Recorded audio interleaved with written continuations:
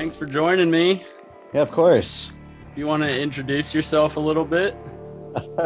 Sure. So my name is Devin Kroes. I'm a music producer currently based out of Portland, Oregon. I make everything from down-tempo to dubstep to halftime, mostly instrumental, a lot of guitar work and things like that in there. And yeah. Cool. Yeah, well, how old are you? I'm 32. Okay, gotcha. Uh-huh. Well, thank you for pronouncing your name so that I could realize I've been saying it wrong this whole time. That's you and like everyone's. Well, my last name is Galashevsky, so I'm very used to it. And Kashmir is the first name, so nobody ever believes me. Galashevsky, you said? Very Polish. Yeah, it's incredibly Polish. Yeah.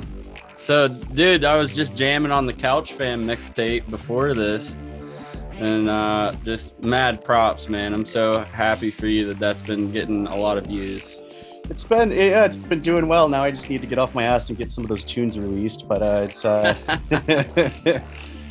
that's half the fun is hanging on to your babies. Yeah, it's continually great crafting them. It's great until you've been doing it for like 3 to 5 years. Yes. Now, when you're holding on to stuff like that, are you still tweaking it here and there, or are you just sitting on it, final product? It depends. Sometimes I will. I'm not the best about it. A lot of times what I'll do is I'll get kind of the main thing written for the most part to a point where it's like maybe playable. And then it'll just make its way into my sets for a while, and I am really bad about revisiting it once I get it to that point. I feel it, man. I feel it. Yeah, so I've been trying to get more in the habit of actually kind of taking the time to tweak things as I go along, or actually reopening those old projects. So yeah, lately I've been kind of not allowing myself to start anything new. I've got a full-length album in the works right now that's looking about 10 tracks, and then I have some other collabs and stuff that I've been sitting on for a while. So I literally had to tell myself I cannot start anything new until I actually finish all of this, which it's getting there. It's finally happening. So good, man. I'm glad to hear it. Well, let me ask you about your recent gigs, going kind of from most recent. I guess you played Wormhole Wednesdays. Yep. And then before that, you played the Antennae tour. And before that, you were in Detroit. Yes. So you want to talk about those? How were those, man? Yeah, sure. Wormhole Wednesday is always, that's been a staple for years at this point. Arcade is always just such a fun spot to play. The Jam is just a cool little venue. It's not a huge venue or anything. I think it fits 150 people or so, but it's nice. It's easy to pack out, and it's always... It's the Arcade crowd's funny. You can kind of get away with playing almost whatever the fuck you want there. Oh, that's the best, though. Which it's really good. You can get really, really weird there, which I always really love being able to do. That's what I appreciate about the West Coast. Yeah. A lot more open-minded than the East, I think, in my opinion. It depends where you're at, and what city you're in, and what club you're at, too. That's true, because you can get the preppy upper echelon people, I guess. Yeah, or you just get the people who just want to get drunk and just hear nonstop bangers the entire night as well. And so it's you play anything that's not quite club banger, and people start getting weird about it. But yeah, how has that worked with you? Because I feel like it's in a similar vein of Charles the First, where he doesn't make the head banging dubstep that people want to hear at 10 o'clock at night. You make more stuff that is kind of more suited for early morning wake up stuff, but that's obviously not when you play half the time. So how do you make that happen? It's been a really constant struggle throughout the years. I started kind of almost getting pigeonholed for a while into just doing sunrise sets and things like that. And which I love playing a good sunrise set, but I don't like only playing sunrise sets. And it's tough on the body too to my set's at 5 or 6 in the morning. Do I go to bed? Yeah, which I don't. I don't trust myself to wake up in time, especially at that hour of the morning. And plus I'm just a night owl anyway, so I usually will just stay up the whole night But then I'm just staying completely sober. I don't like playing like on anything really, other than like maybe I was gonna say, yeah. So it's maybe an Adderall and some caffeine to stay up. mostly caffeine, exactly. Yeah, Some urban mates, you West Coaster. Yeah, that's most of it. But yeah, so it's definitely a struggle for sure. But yeah, so I mean, lately what I've been like doing is like making more just like dance kind of music and stuff like that, stuff that fits a club environment a bit better. I still have like more down tempo stuff that I make here and there, but it's definitely hasn't been as big of the focus lately. Now, when you say more danceable, does that mean higher BPMs or just more powerful sound design? A little bit of both, honestly. Okay. Because it's like, you know, because there's still like a lot of stuff I'm making that's more like, you know, kind of like dubstep-y kind of stuff, and it's you know the same tempo as some of the down tempo stuff, if you want to say like 140 or 70 or whatever.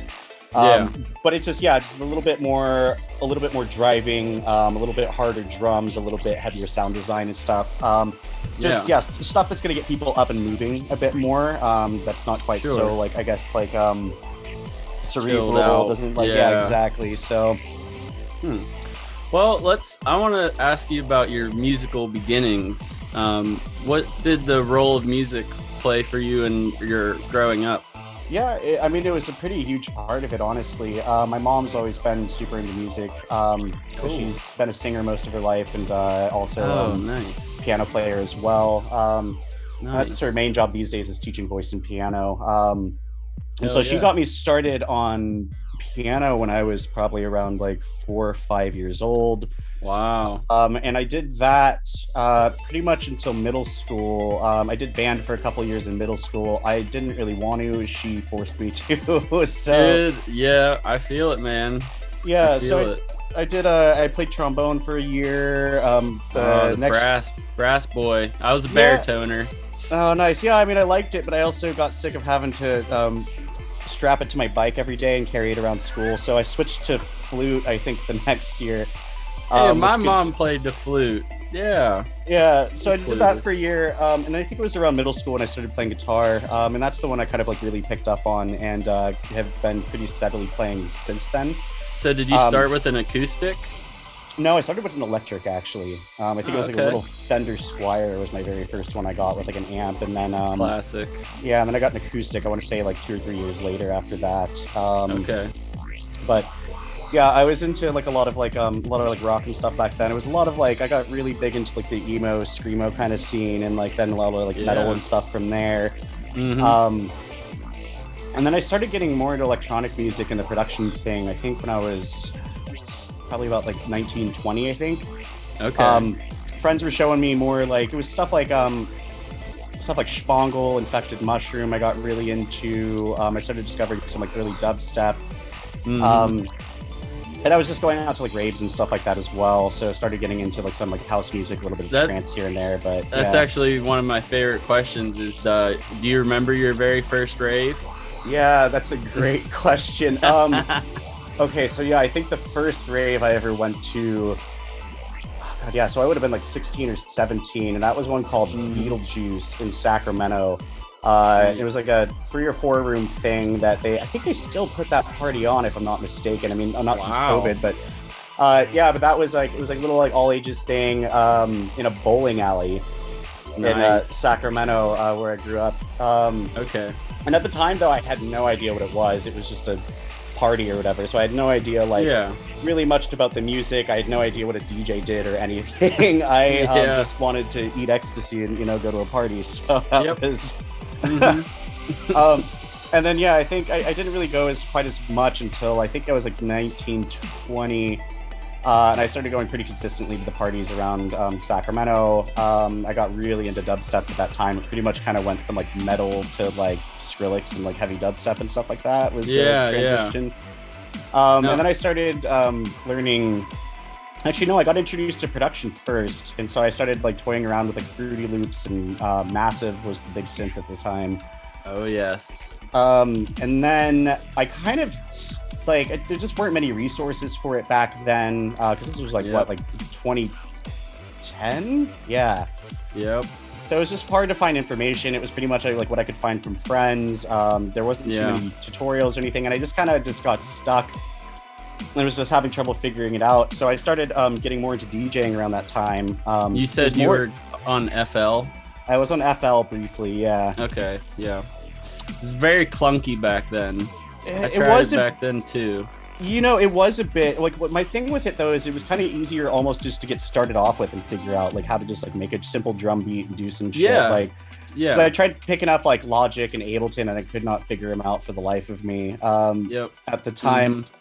And then I started getting like really into DJing because I was like more looking just for like, you know, a way to like perform out any tracks I was making. And then I found I could get gigs a lot easier just being a DJ than and that was going a lot quicker than the production thing was. So I kind of just yeah. So I just kind of settled into that for a while. And it wasn't until I started I think getting more into like glitch hop and stuff at the time and ended up meeting a friend who was able to kind of like sit me down and show me just some basics of Ableton. And from there, I was able to kind of get back into it and figure out what I was doing. I just kind of needed someone to show me just the very basics of how it worked. And then he was also the person who took me to my first festival, which was Symbiosis Gathering in 2012. That was out at Pyramid Lake in Nevada. Nice. And it was an eclipse festival. It was only a partial eclipse for that one, but yeah, that was it was a really awesome time. I heard a bunch of music I'd never actually heard before. To digress, did you go to 2017 Eclipse? Yeah, I played that one actually, yeah. No way, I was there. Oh, you were? Oh, that's awesome. Yes, sir. Yeah, I ended up doing a couple sets there. I was originally booked just for one, which was like kind of a morning set on the, I don't know if you remember the Earth stage there. Oh, yeah. Yeah. So I was booked for a morning set. Where all the heady boys were playing. Yeah, most definitely.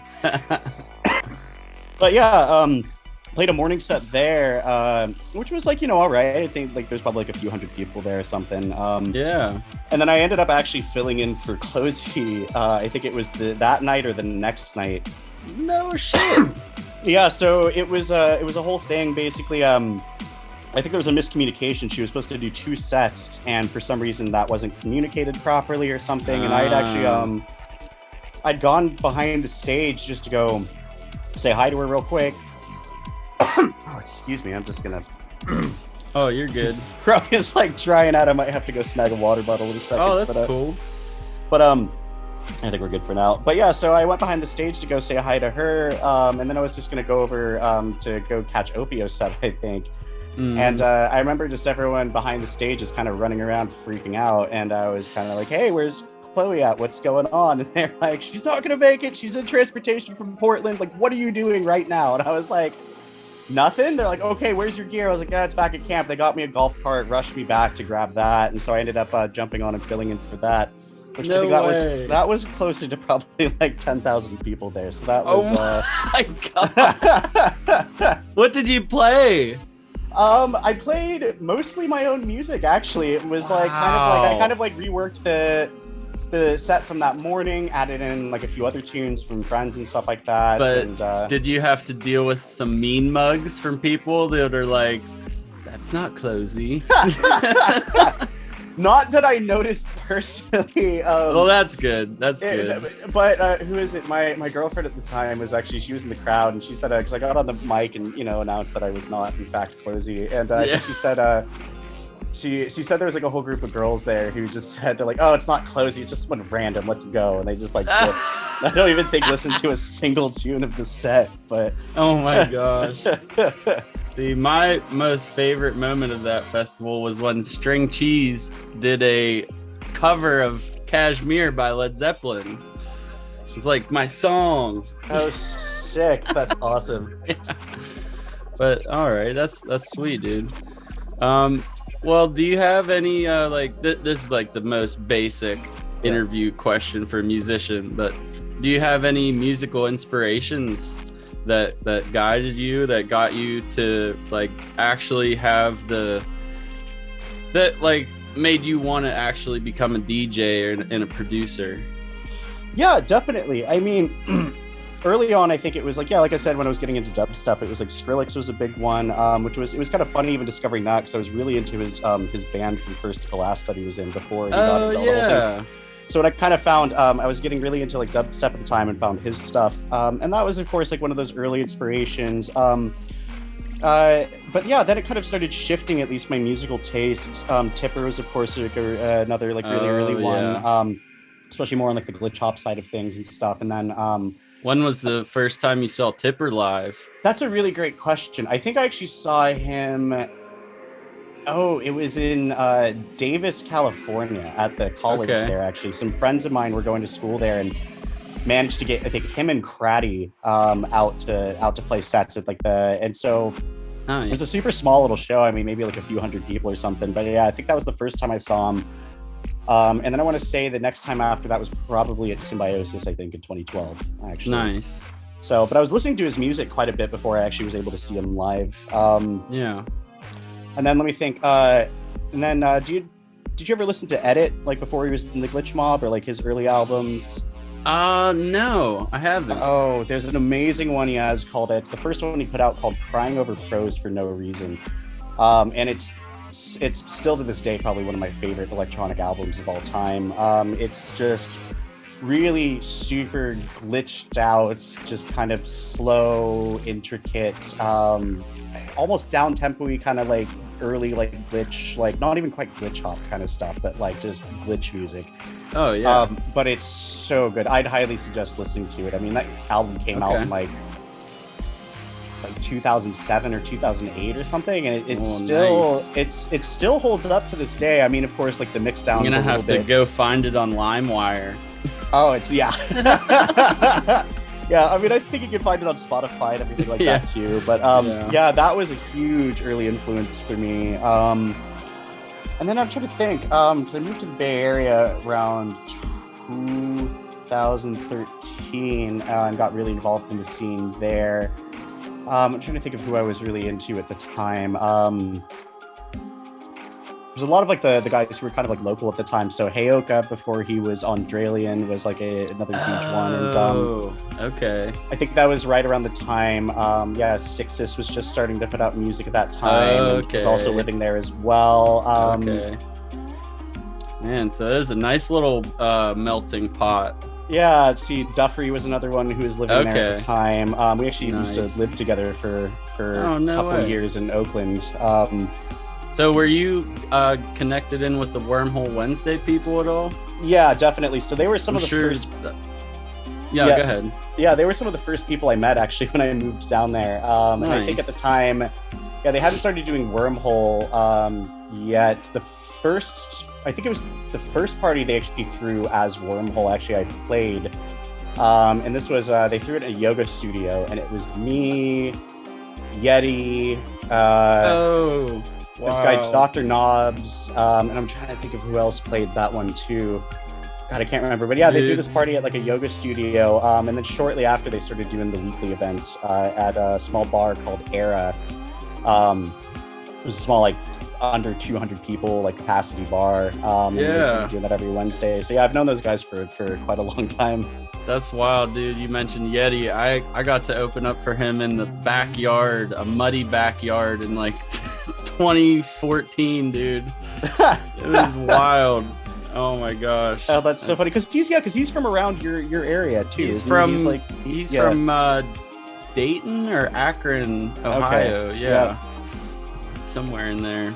Yeah, because I think when I first met him, I think he was still living there, and then he moved actually to San Francisco, I think, pretty shortly after that. Probably around that same time period, I think. But hell yeah.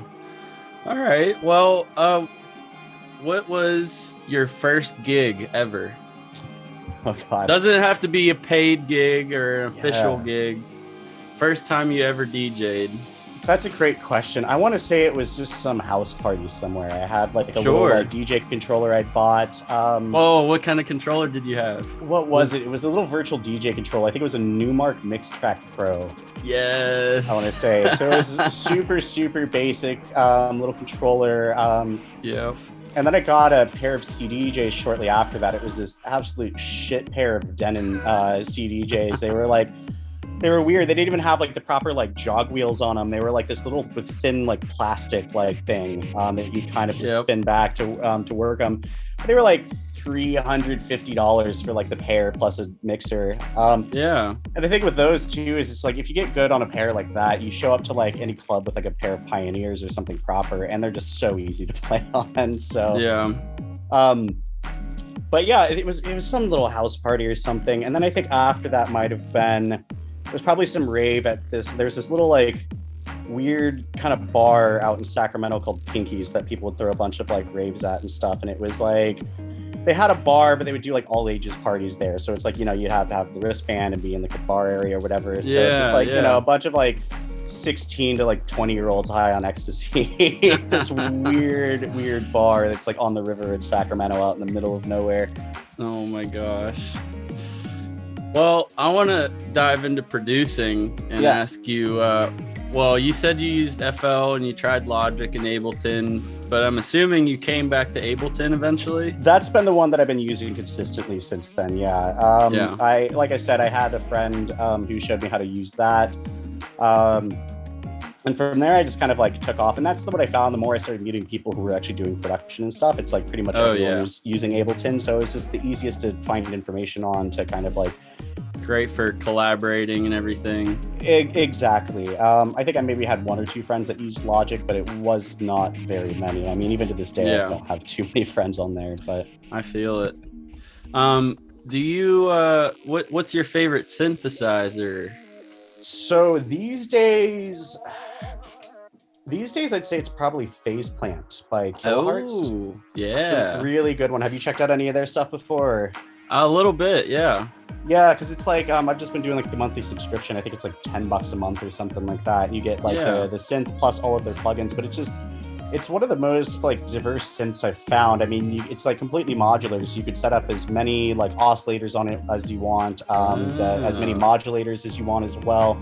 And you can have the oscillators, you can have different kinds of synths basically interacting with each other. So you can mix like a sampler oscillator with say like a wavetable. They have more of like an analog kind of style one. I want to say they have one other as well. And then you can basically route anything into anything. So it's almost like having like a full like kind of like modular set. Awesome. So it's just super versatile, really good sounding. So that's been like a big main go-to. Ableton's operator has been a big main go-to for a while as well. It's just like, you know, it's a nice basic FM synth. It's just really good, especially if you're doing like more like neuro sound design and stuff like that. Yes. And then what else have I been using? I just got a hold of Vital the other day as well, and that's been. I haven't messed with it too much, but it's a super interesting one, and it's really powerful, especially for being a free synth as well. Yeah. And then Serum, I think, is the other one that I'll use, though I don't really use that one quite as much. I did when I first got a hold of it. Mostly just moving over from Massive, and it kind of just replaced that for me. Yeah. But yeah, I don't use it quite as much anymore. What else did I used to use? I used to use Razor quite a bit by Native Instruments. Oh, okay. But I don't really use that one too much anymore. It's just like, it's a really cool synth, but it's incredibly recognizable. So it's just like, you can pick it out. It's like, and even people who, you know, like I think like are pretty good at making it not quite as recognizable, you can still tell. It's like you listen to like some like Tipper tunes and things, you can always kind of tell when it's in there. It's just you can't hide it. And I think it just got really overused for quite a few years. And I've been coming back to it again recently here and there, and I've noticed like a few other producers seem to be using it a bit more again, like now that it's not quite as heavily used by everyone, but being recycled.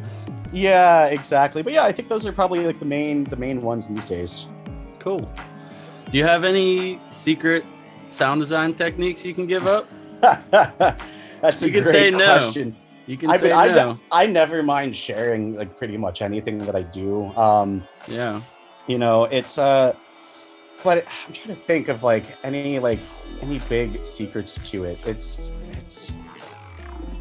it's This kind is of, yeah. this is also a test of how well you can vocalize sound design. Yeah, definitely. I'm just trying to think of the main technique because it's always changing. So much of it is literally just experimentation. You know, it's like Yeah. and it's like the process these days is kind of like getting the bass waveform. Usually I won't go too complex with it, and then from there getting like, you know, a bit of filtering, spatial effects like chorus, like planting, things like that. And then from there, usually just a shit ton of distortion these days. Actually, the biggest tool I've been using is Rift. Have you checked that one out? No. So that one's phenomenal. So that was developed by it's Sixus, Mamukshu, and Schwex. Actually, all started a company called Minimal Audio.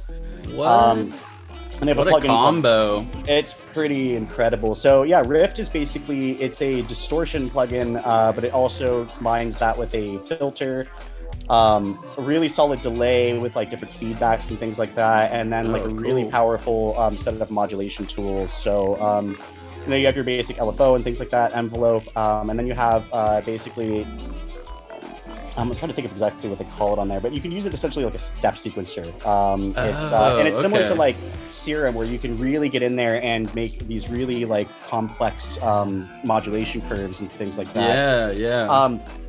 And then not to mention with the distortion modules, you can put different types of distortion on both the negative and positive nodes of the waveforms. And then also you can do different stages of distortion. So it's kind of similar like within neuro sound design, where you're like, you know, distorting, bouncing to audio, distorting again, and bouncing to audio. But you can basically do that all within one plugin, up to, I think it's 6 stages of distortion you can put on there. Okay.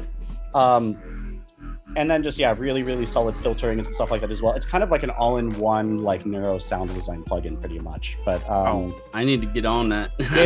it's really good. It's not expensive either. It might be a little bit more, like when they first came out with it, I think it was like $80 or something like that. I think it's still like maybe like $120 or something these days, but it's so good. And you can actually download the filter for free as well. So I'd suggest going and checking that out. Cool. I'll try to link that in the description or something. Yeah, but that's been the main go-to these days. It's almost, I pretty much have been throwing everything through there at this point. It's like, awesome. Even like old sound design patches and stuff, like because a lot of like the technique I use these days, especially for bass patches and stuff, is I'll just get like the big mud pies going and then kind of like chop out of there. Okay. And I had a bunch of those I did for a while. So yeah, it's like, have you ever heard that technique before? Like, no. So essentially it's where you'll kind of make a full like kind of bass patch or something like that, and you'll make like a, you know, like a 4-bar, 8-bar loop of this thing with all these different modulations throughout, and then you just bounce the whole thing to audio, and then from there you can either like throw it into a sampler, or you can just chop out little bits of it, and like rather than having to, you know, keep it within MIDI or trying to like modulate everything by hand or keep everything sounding a certain way, which is kind of impossible when you're doing it in MIDI. You just have these big long audio files that you can then chop things out of and modulate in different ways. And I've definitely heard of that technique, just never heard it called mud pies. Okay, yeah. But so yeah, I was finding even like I had some older ones that I'd made where I like, you know, went back to listen to them. I hadn't really used them in any tunes yet, and was just kind of like not feeling like they were up to quality. And what I've been kind of doing lately is anything I have like that, I'll just like see what happens when I throw it through Rift, and almost every single time it like basically will get it back up to my standards and where I want it to be. Oh, exactly. Hell yeah.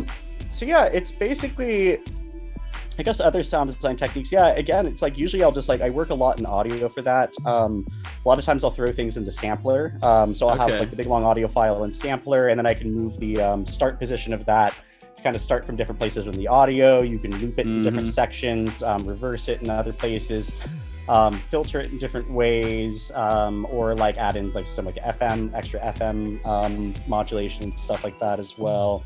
Word. Well, that kind of leads me into my next question, which is, what is your workflow like? Yeah, so these days, what I've been trying to do more, and I'm not always the best at it, is I kind of try and do most of the heavy lifting, so like sound design, drum creation, and stuff like that before I even do any kind of songwriting or anything like that. Okay, yeah. Just so you're not getting stuck in that pattern of trying to do it while you're trying to write a song, because all you're going to do is you're going to get distracted, you're going to end up in a sound design hole for like 3 hours, and then you're going to kind of lose the initial idea or the initial drive. So what I kind of do these days is try and have as much done before I actually start writing, and then from there I can basically go in and I could just write a full song and have it come together fairly quickly. Because I found those kind of initial ideas, you kind of want to seize them like right as they come around. You kind of want to get out that main almost arrangement of the track in like the first day or two that you're actually writing it. Yeah. And if you just have everything together, you can do that fairly quickly. And it's like, especially if you watch like most people who seem to be kind of at the top of their game, that's kind of what they're all doing, and how they're getting these really super complex, intricate tunes. Like if you ever watch like Resonant Language or someone like that work, like it's a lot of what he's doing as well. So you're essentially creating your own sample packs that you're pulling from, and then you're essentially just it's just like throwing a bunch of samples together, except it's stuff that you've created. And that way, you can just get the whole tune just written quickly. And then from there, you can kind of make little tweaks, make adjustments, do further sound design, add in extra stuff. But that's kind of what I found, is just getting the initial idea out as quickly as possible seems to be the best way to go about it. Do you have like a timeline as far as like, all right, I want to bang this track out in 3 days? Yeah. Or do you give yourself a timeline like that? Sometimes, it really depends. But usually I'll try and get like the initial kind of part done within that first like 2 to 3 days or so. Exactly. To where draft. It's like, at least like the main like drop into maybe like a second section, maybe with like an intro and outro as well. Yeah. Usually I tend to kind of start with the drop and then kind of move into the intro and outro kind of as like a last bit. But some tracks it's like it's I'll get them mostly knocked out in a few days, but then I'll come back to it for months, if not years, and just kind of keep tweaking it and keep adding to it. I've had this happen quite a bit recently, where I've had old projects that I kind of like maybe started like 4 or 5 years ago, never really finished or released, and we'll come back to them like now and actually be like, oh, there's actually a good idea in there, and go ahead and kind of like update the sound design, maybe update some of the drums, getting it a bit like tighter sounding. And then can kind of get it ready from there. So it varies. Like sometimes I feel like you just need to sit on the idea for a long time to kind of like know whether it's actually good or not. Because like those first few days, you might be like, oh, this is amazing, this is awesome, it's great. And then you sit on it for like an extra month or two or longer, and you come back to it and you're like, oh, actually it's not quite as good as I maybe thought it was originally. And you kind of keep going from there. Plus, it's just, I think some ideas just like you need a bit more of a skill set or different tools to kind of like really give it, to really do it justice, I think. Oh yeah, and over time, new plugins come out that are amazing and just adds extra pop. You never know what's gonna happen. Yeah, exactly. So it's that's what I've kind of found, is if you start an idea and you maybe like it a lot at first, and then it kind of just starts fading a bit, like sometimes it's best just to kind of just like leave it be for a while, come back to it sometime later, and like sometimes once you're kind of like just far enough past it, you'll come back and actually know whether it's actually good and worth continuing on or not. Yeah. So I'm curious, has your style, I'm sure it has, but how has your style changed over the years? Like, what were you making when you first started producing? Yeah, when I first started, so it was funny. When I first started, like I said, I was really into dubstep, and that was kind of what I was like wanting to make, and that's just like didn't get as much into production. And then by the time I got really into production, I was really into like glitch hop and stuff at the time. Like I said, like Tipper, Opio is another actually big early influence. So I was making more of that kind of style, the kind of like funky, kind of like glitch hoppy kind of stuff. And then it moved from there into more of like almost like down tempo-y, almost like that kind of like Kali Scintilla, like Merkaba kind of style stuff. Like similar-ish sound design as well. The more kind of like weird, like psychedelic Sybase kind of sound design was like a lot of what I was into. And these days, like my influences have changed quite a bit, and so a lot of what I'm listening to now it's a lot more like drum and bass, a lot more dubstep, a lot more like halftime neuro kind of stuff, and that's where I've been finding most of my sound design has been influenced from. Even on tracks that are a bit chiller, like even more like down tempo, it's still that similar kind of like sound design that I'm using. So it's a lot more distortion in pretty much everything. It's if anything, possibly too much distortion, but it's never. That's the way I like to think about it. But no, go ahead. No. Go ahead. That was a finished thought. when did you start? Well, I'm gonna assume that you've always mixed your stuff. But when did you start mastering your stuff? Yeah, that's been a more recent development. I've always kind of like done like the basic, like, like just for like playing stuff out, I've done like the basic self masters and things like that. And so which that at the time was just like throw it into a limiter and hope for the best, basically. Yeah, so it's been more of a recent development. Probably the past couple years, I've been starting to actually be more comfortable, I think, mastering my own stuff or like other people's stuff. And it just is more as I've like discovered about the process and talked to other friends about what they're doing and kind of talk to other friends who do mastering and like watching their process. I kind of started realizing that I actually kind of knew what I was doing already. And it was just more of just like having the confidence to do it myself. And so, like, I'll master some of my own stuff these days. I still will occasionally send it off to someone for mastering, just because it's just to get that extra set of ears on it. But but it's difficult because I feel like lately when I've been doing that, they'll send it back, and there's something about it I don't quite like as much. It's maybe not as loud as I want it to be, or because everyone just has a different way of doing it and what they think that the music should sound like, and I have a certain idea of what I want my music to sound like. So I've been kind of shying away from that recently and just opting to do it myself. Well, I do want to plug your mastering work real quick because sweet, please do. You mastered the hell out of my couple tracks that I sent you from the recommendation of Tyler Blanc. So I just want to plug that you did a great job, for real. Well, thanks. I super appreciate it. I'm glad you liked it. So it's gonna get its first play out on Saturday, actually. Sweet. Where are you playing at? Just a little bar in Pittsburgh. Sick. Yeah. I'm pumped. But yeah, so last question, like about producing, really.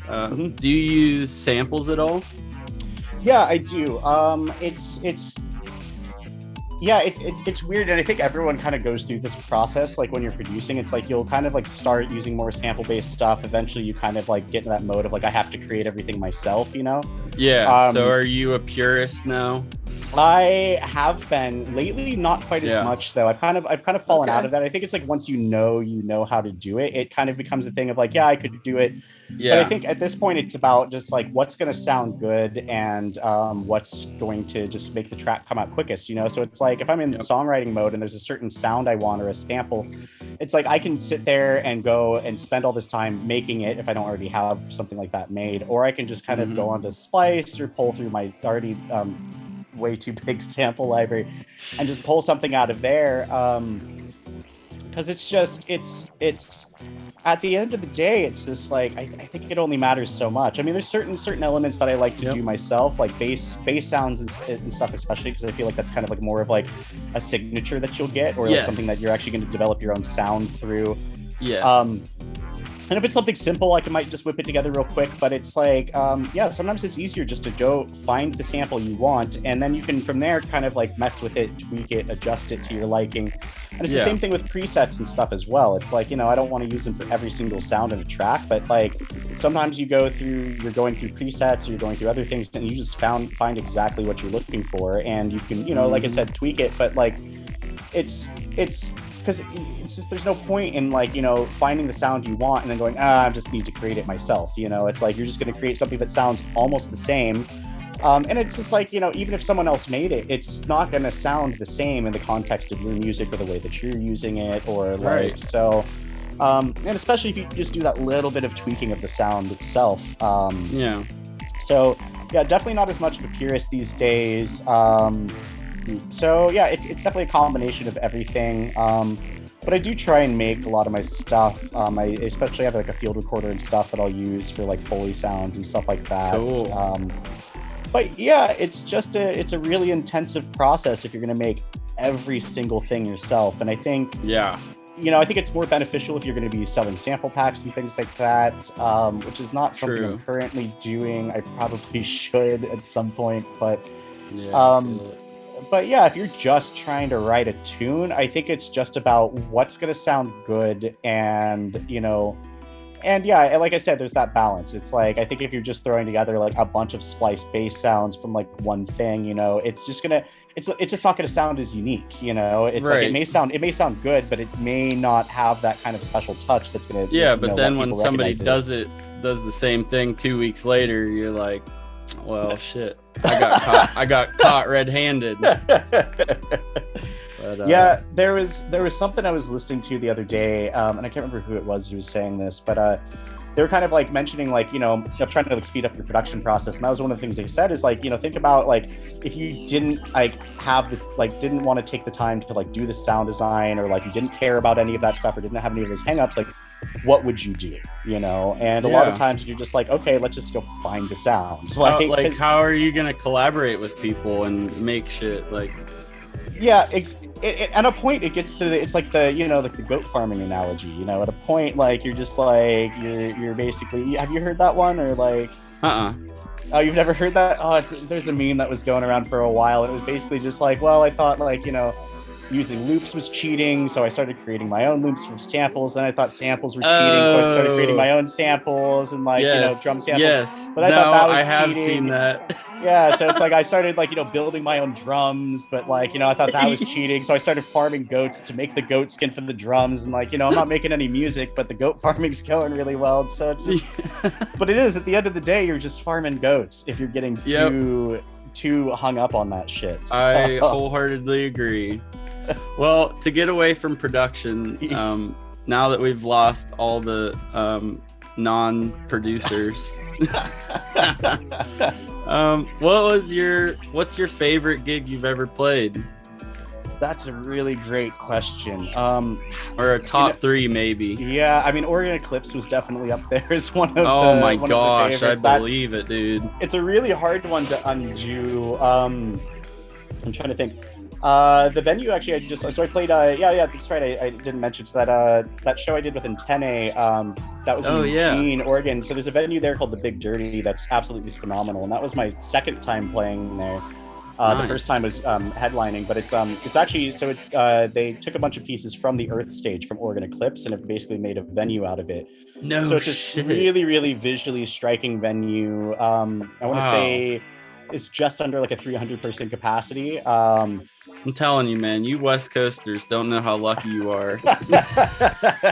It's not too bad over here. We're still clawing at that level of production over here on the right coast. Yeah, you get spoiled, especially after living in the Bay Area for so long. It's like where every venue's got like a void system or a function one system, and just like it's pretty ridiculous. But yeah, that's probably like one of my more favorite venues I've played at recently. Cool. I don't know, actually, even going back to that gig in Detroit I did recently was really fun. So yeah, that was my first time playing there, and that was just like, it was just a straight like warehouse underground. It was just a dark warehouse with a turbo sound function one rig, and it was amazing. It was really fun. Plus that city is just such a trip. It's almost like weirdly dystopian, and like like, but I don't know, I'm kind of about that vibe. It's like yeah. It's like you're bringing life to a dying city. Yeah, exactly. And I find places like that tend to have a pretty thriving like arts and music scene and stuff too. Oh, that's all they have to do. Yeah, I mean, I lived in Oakland for like 8 years, and like it's kind of a similar thing there. The city's just like, it's kind of grungy, and it's like you gotta watch your back or you're gonna get robbed at gunpoint, which has definitely happened to me. Like occasionally you hear like automatic gunfire outside your window and shit. But like at least when I first moved there, you know, you could go just like live in a warehouse with a bunch of other weird people and like, you know, just make music and kind of do whatever the fuck you wanted. So But that would probably be one of the cooler gigs I played recently. It's always such a hard question to ask because each one is just like so unique and like. Well, I have a fun one to riff off of that one. Sure. What was your worst performance ever? Fuck me. That's a really tough one. It's like, have you ever had like sound issues or something? Or I've had plenty of shit like that happen. I don't know if I've ever had Yeah. anything too serious, at least not in more recent years. yeah. I did have one gig I played once, and it was like, I think it was like I'd accidentally spilled some liquid on my MacBook, just on like the trackpad or something, and it was working totally fine for a while. And I was playing this this party out at this spot, kind of the Santa Cruz Mountains. It's a nudist resort called Lupin Lodge, and it was like I wasn't even booked for the show. I ended up filling in a set for someone, so I ended up I was doing like live guitar and stuff at the time, and it was like and so I have all this stuff I'm running. I'm kind of like doing a bunch of shit all at once. And I remember all of a sudden, after working completely fine, I didn't think it was an issue, my computer starts freaking out. And the trackpad is like, the mouse is moving wildly across the screen. It's clicking things at random, somehow didn't stop the music. And I'm able to kind of like, I'm like trying to mix tracks as well as like play guitar, and I'm like looping and things like that. And the whole thing is just going nuts. So I'm just trying to keep a straight face on. And I finally managed to get into the settings of the computer and like managed to, I think, turn the trackpad off. And I luckily had like a USB mouse or something on me at the time. Wow. So I was able to turn off. Oh, that no. Yeah, so I was able to turn off the trackpad. Oh, that's what it was. So I was already using the USB mouse. The trackpad just hadn't been giving me issues. It just wasn't working. And then all of a sudden it just started doing that. So luckily, yeah, got it turned off, was able to just use the mouse for the rest of the set. But yeah, I was freaking out. But meanwhile, you're just trying to keep cool, but there's just like a vein popping out of your head. Oh yeah, but the set went well enough. That was actually funny enough. That was actually after that set was my first time meeting Charles I, actually. So that was before. No way. Yeah, wow. rest in peace. But for real. Yeah, he was, I think, like a 18-year-old kid at the time. No one knew who he was, and he just like, I just have this kid coming up to me after, going like, "Hey man, that was really cool. I make music too." And I was like, "Cool. What do you go by?" He's like, "I'm Charles I." It took me like 3 weeks to even find his SoundCloud. I think he had like 200 followers at the time. Oh my god! And I remember finding it and like being just completely blown away. Yep. But yeah, so no, this is so. Yeah, I'd say that was probably like one of like the toughest sets I've played, just with the technical difficulties. But I managed to pull it off somehow. So, hey, well, that's half the art of being a DJ, is putting out fires. Yeah, it's a whole thing. It's the nice thing. I've switched back to CDJs recently, and it is kind of the nice thing about doing that again. I mean, you can deal with equipment problems when it's someone else's equipment, but I just find it's so much less harrowing, and like the less equipment you're dealing with, anxiety inducing, like yeah, exactly. Because I've had so many controllers just shit out on me like in mid set or something, especially like the APC 40s and stuff like that. Oh, just, like, because that's what I used to use pretty consistently. Yeah. And I'm trying to think of like other worse gigs. I mean, yeah, that's usually what it makes it bad, is there's technical difficulties or like some weird thing that happens. I mean, the worst ones I've had are definitely like the gigs where it's just like you're playing to like an empty room, like no one shows up for some reason. It's like, especially in like the early days of doing it, or you're playing in some weird small town, no one knows who the fuck you are, so no one shows up, but there's some other thing going on, and you're playing to a room of like 10 people. Yep. But you know, I mean, it's like even those gigs, it's like, you know, you can still make new fans that way. You can play anything you want. Exactly. You kind of just have to just like take it as it comes and just do the thing anyways. And yeah. Well, I'm sure the 10,000 person crowd for Kroes made it all worth it. Yeah, you know, those moments definitely do. So, what's the best system that you've ever played on? And let me know if you have to go or anything. Oh no, I got time. Yeah, I got nothing else. Cool. I'm literally just in. I got dinner plans in like 2 or 3 hours, but that's. I'm not Joe Rogan here. We're not going that long. But yeah, no, I'm doing fine. Yeah, I'm just in. I'm in full album finishing mode at this point. So I've got a 10-track. I think it's gonna be 10 tracks at this point. LP that I'm in the finishing stages. So I'm kind of just like. I'm just going to be locked in the studio for at least like the next like few weeks to a month, if not longer. But hell yeah. Oh, sorry. What was the question? Was the best system that you've played on? There we go. Oh, hands down would be It's the Hennessy system, but it's specifically, I think it's Synchronistic Sound, I think is the company. They are based out of Los Angeles, and they have, those Hennessy rigs are amazing, but the way he runs his system it's one of the best sounding systems I think I've ever heard in my life. I got to play on it twice actually last summer. I did there's a camp out called Star Vibes Camp Out that happens in Northern California that had that system. And I'm actually I'm going to be playing that again this summer. I'm actually also booking the lineup for that one. So we've got that one near completion as well. We should hopefully be announcing that by the 1st of the month. So yeah, anyone who's listening, keep an eye out for that.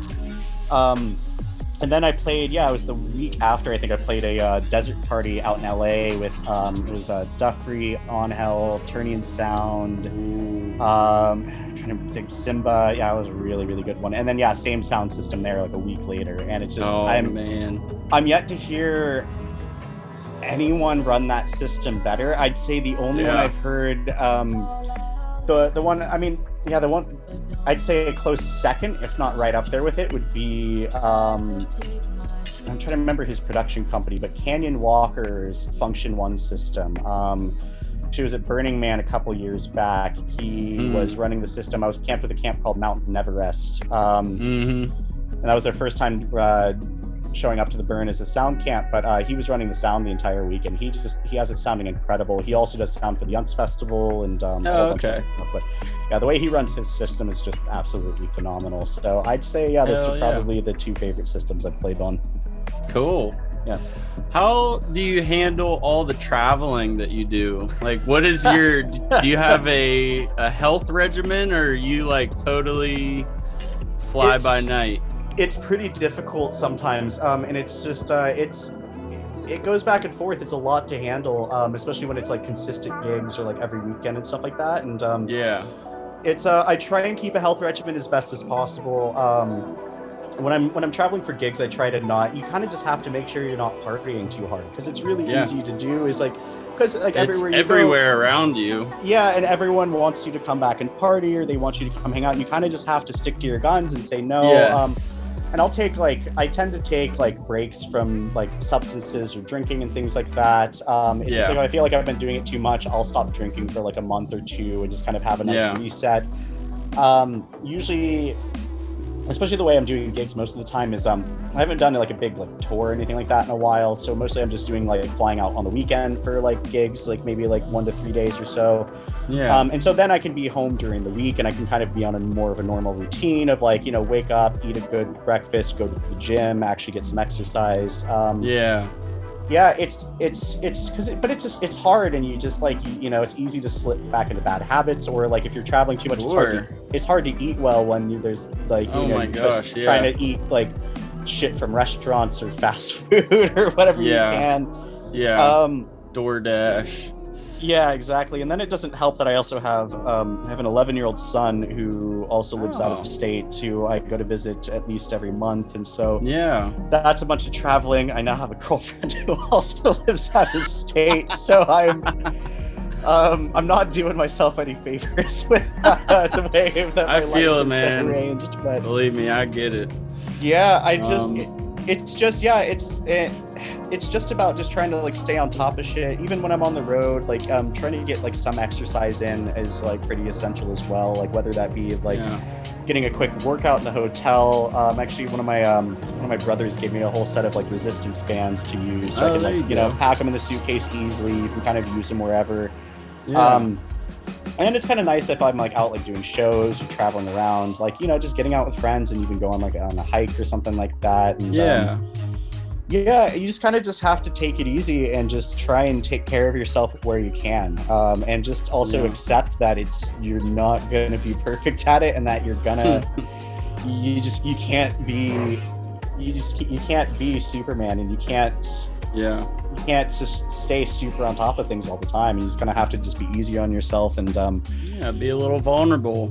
Yeah, exactly. So but yeah, it's a lot. It gets tiring. It's kind of like I've had I've had moments of like, even when I'm like have a bunch of gigs and I'm traveling a ton and it's great and I'm having an awesome time, but also it's stressful and it's a lot and you're just like constantly bombarded and surrounded by people, which I kind of tend to be a bit of an introvert, so that's could be Yeah, I think difficult. a lot of music producers are. Yeah, so I just like, I can be social enough, I can put on the face, but like I need my time to myself just to recharge and kind of like reset. Otherwise I start burning out. And yeah, it's just, it's like I also I kind of have to like remind myself I'll just be exhausted and like just like hating shit, and I'm like have to remind myself and be like, this is what you wanted, like you asked brought for this, it on yourself. So I feel it, dude. it's yeah, it's tough and it's a lot, but I don't think I'd have it any other way. And you know, it makes life interesting, man. It definitely does. And anytime I've tried to do anything else, I find myself just miserable. So it's just I've kind of accepted that this is just what I'm doing and this is what I love to do. And yeah. Well, what's it like working with an agency now? Yeah, so that's been good. So this is the second agency I've been on with. I was working with Street Ritual some years back. That was before they merged with Sub.Mission. Okay. So I was working with them for a bit, actually. And they were really great for a while. I kind of had parted ways with them at a point. I'd kind of had to take a step back from kind of pushing the music thing quite as much. I just, and so I just wasn't, I was creatively blocked. I wasn't putting out a bunch of music, and I just like was really, really depressed at the time. And I think having trouble like balancing everything. And so kind of had to take a step back. And so I ended up actually basically getting kind of like dropped from there, or not really anything officially, but just like my agent quit the agency. I just didn't push to get on with a new one, and just kind of like, you know, was doing my own thing for a while. But yeah, it's been good having an agent again. It's really nice having someone who's pushing for me and who's kind of like helping me get gigs and stuff. We've been trying to take it a bit easy right now, just so I can get this album finished. And just like, so I'm not traveling a bunch. So I think after that, we're going to try and push and book more of like a full tour and stuff. But oh shit, come to Pittsburgh, please. You know, that would be great. If you know any promoters out there, anyone I know them all, get in contact with. Yeah, why don't you? Yeah, you should definitely like email me over some names and stuff. I can shoot them over to my agent and have him get in touch for sure. So yeah, I got you. Yeah, but, do you know Alejo? Yeah, I do. He's coming through next month. Oh, sweet. That's what I mean. Like, there's a company that is just delving into Sybase finally. Oh, like they're bringing Mindex to Pittsburgh. Oh, amazing. Okay. So like we could probably make it happen, man. That'd be absolutely amazing. Yeah. Get me in contact with them, and that'd be great. But working with an agent again has been really nice. Like I said, it's just like the biggest thing for me is it just starts getting overwhelming having to like try and balance so many things, like, you know, trying to do my own promo of stuff, trying to write music, trying to just handle life stuff, and then having to book gigs as well is just the endless promo.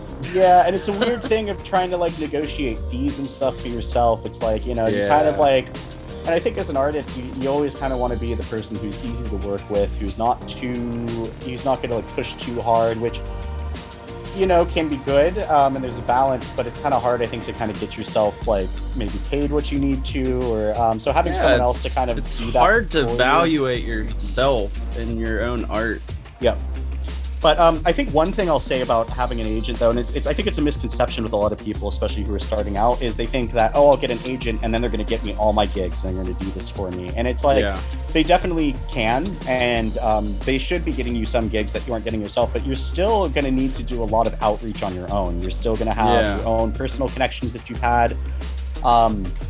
And you're still going to need to be doing that networking, doing that outreach. The agent is kind of just someone to kind of send that over to for like all the final steps and stuff. And or at least once you get a name or like an email of a promoter, to kind of then send it to them and have them kind of push it out as well. But it's they're not going to get everything for you, and you still need to be doing a lot of that work on your own as well. So good to know. Yeah. What was it like working? I don't know if you're still connected with them. The Rust Music. They are wonderful to work with every time I have done anything with them. Because the last EP, we only did a premiere through them, but they've been, I've known them for years, and they've supported my music for quite a few years. But they're great, actually. I really want to do a release with them at some point. I've been considering them as a possible home for the album. I've got some other things possibly in the works that I want to talk about until that's actually said and done. But, for sure. I definitely want to do a release with them at some point because I love the sound that they push. They really have a good following, and they really seem to do a lot for their artists and for the people who release on their label as well. I think they have a very good base of different music. Like they do mostly down tempo and stuff, but they do have a solid variety of different styles within down tempo. Oh, they really do. No, it's one of the better labels I think that's out there these days, especially as far as like more like grassroots things. Like totally. They're really great. Plus, it's just like their agency they just have such a phenomenal roster of artists on there right now. Dude, the stage they did at Resonance was incredible. They ran a stage at Resonance Music Festival last year. So good. That's Papadozio's festival. Yeah, I wonder if that was the one, because when I was in Detroit, I played with a Faceplant actually, and he was I think that might have been the one he just played or something. Yep. Well, what was it like working with Lost and Found crew? Oh, those guys are awesome as well. Yeah, that was that desert party in LA that I was talking about. Okay. So super phenomenal sound system. But yeah, those guys are really great. I had a really good time working with them. The party itself was definitely it was a really fun time because it's just like, just out in the middle of the desert, almost like Renegade style, but with like, more official production than just like your really kind of standard Renegade. And of course a stellar lineup as well. But yeah, no, those guys are absolutely phenomenal. I really enjoyed working with them and definitely want to continue doing that. So hell yeah. Well, I'm just about out of questions. The last thing I just want to ask you about is I normally like to feature a mix at the end of this. I was wondering if I could either feature the Couch Fam mixtape or some other mix, or like if you have a live recording of a set or something. What are you thinking? I think the Couch Fam is probably going to be the best one to do at this point. I'm really bad about getting recordings of my live sets, so it very rarely happens. Hey, that's honestly that's like containing the magic to the shows. Definitely. I get people doing that for sure. But yeah, I'd say the Couch Fam one is probably the best bet. I'd be more prone to like get a new one recorded, but it's just I've been trying to keep everything kind of like under wraps with this album nearing completion right now. You got to. Yeah. Well, cool, man. Any other plugs you got? Any shout outs you want to give? Oh, that's a great question. I guess shout out to my booking agent Cody right now. Shout out to the AAA Talent Agency. Shout out to the rest of the roster on there: Phaedra, Mr. Jennings, Prescia. Nice. And I guess keep an eye out for Star Vibes Camp Out this summer. It's in Northern California. Really stoked to get this lineup dropped. And I always love curating lineups. And so I'm really excited to get this one out there. I can't really say too much more until we have that all said and done. But when's your next show? What big stuff you got coming up? That's a great question. I have something here in Portland that I believe we're going to be doing April 22nd. Okay. That should be announced pretty shortly, but that's about all I could say for just right now. So there's cool. That, like I said, Star Vibes Camp Out coming up in July I'm going to be doing. But yeah, that's kind of all we have going for the